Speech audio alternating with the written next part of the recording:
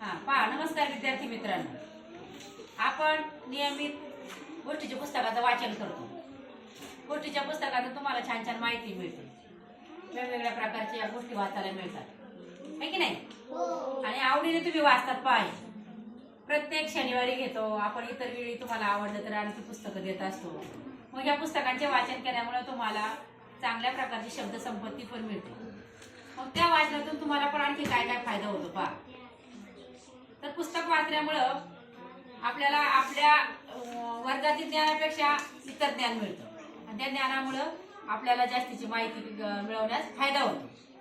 तर आणखी तुम्ही पण सांगायचं आता.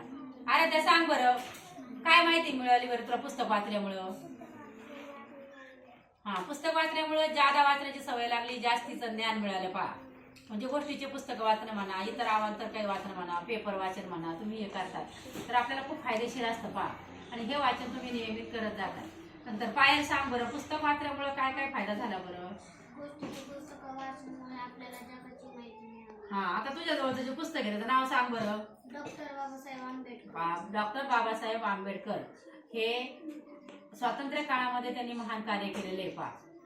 आणि त्या पुस्तकाचं वाचन केलेलं आहे. वेगवेगळ्या प्रकारच्या नेत्यांची पण माहिती या पुस्तकाच्यातून कळालेली आहे आणि जगाची पण माहिती कळते पहा. तर छान वाचन करतात. असंच तुम्ही निरंतर वाचन कायम करत जा आणि जास्तीची माहिती मिळवत जा. धन्यवाद.